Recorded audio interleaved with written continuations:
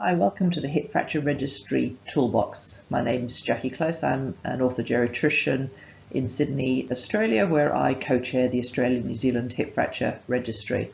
And I also co-chair the Hip Fracture Registry Working Group of the Asia-Pacific Fragility Fracture Alliance. So this resource has been put together to help people who may be thinking or in the early stages of developing a hip fracture registry, and the whole intent is to actually collate information from across the world and package it in a way that will help people setting up and maintaining a hip fracture registry. So why do we need hip fracture registries? What's their purpose? Well, the reality in the Asia Pacific region is that we are faced with an enormous projected increase in the number of hip fracture cases coming through our doors over the next 30 years. Hip fracture registries are a great mechanism for hospitals to benchmark against clinical standards, against other hospitals, benchmark at a national and an international level. But they're also extremely valuable when you're using the real-time data function for multidisciplinary teams who are driving a quality improvement agenda to be able to pick up changes in performance over relatively short periods of time. And interestingly, when compiling the Hip Fracture Registry Toolbox, what became apparent was about 1/10 of countries globally are at varying stages of setting up a hip fracture registry. So what about the essential components of a hip fracture registry? So first thing, of course, one needs is an evidence base to which informs clinical practice, and there are no shortage of clinical guidelines across the world which synthesize the current evidence base into a set of recommendations. From those guidelines, it's possible to extract a set of clinical standards against which hospitals can be monitored.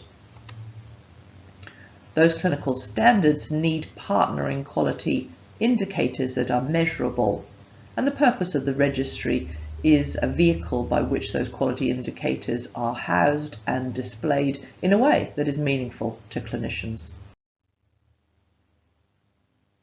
What about the cost of setting up clinical quality registries?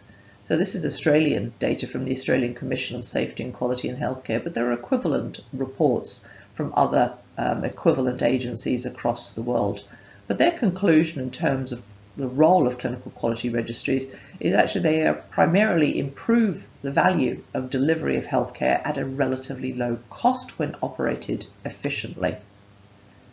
It's actually a relatively small financial investment in terms of the gains that you get from a registry.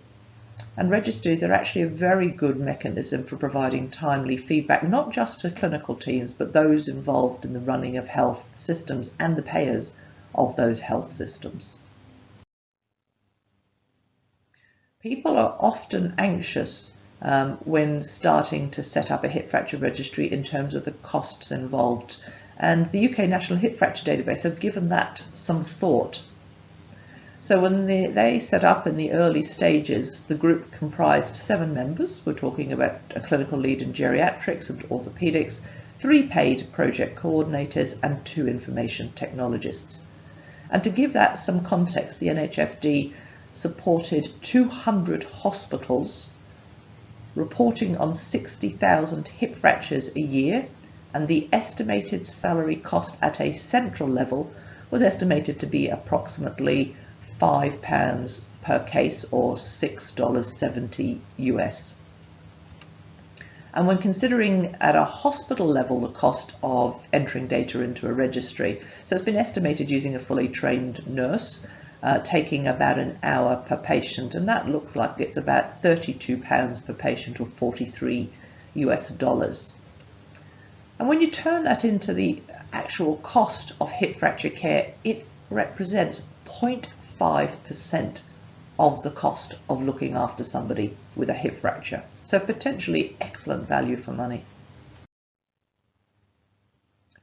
One of the strengths of this toolbox has been the collation of a vast amount of information from across the world.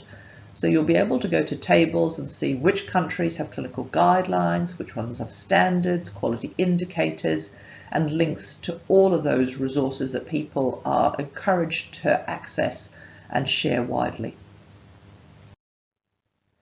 The toolbox also includes the practical aspects of establishing a registry, so the importance of strong clinical leadership from the outset, the importance of early stakeholder engagement, building that case for change, and the challenges of getting funding to start a registry and then maintaining a sustainable funding option.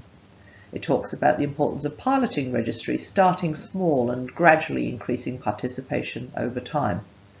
It also covers aspects such as clinical governance, a really important issue in relation to running of registries, and the ethical requirements of registries, which will vary across the countries.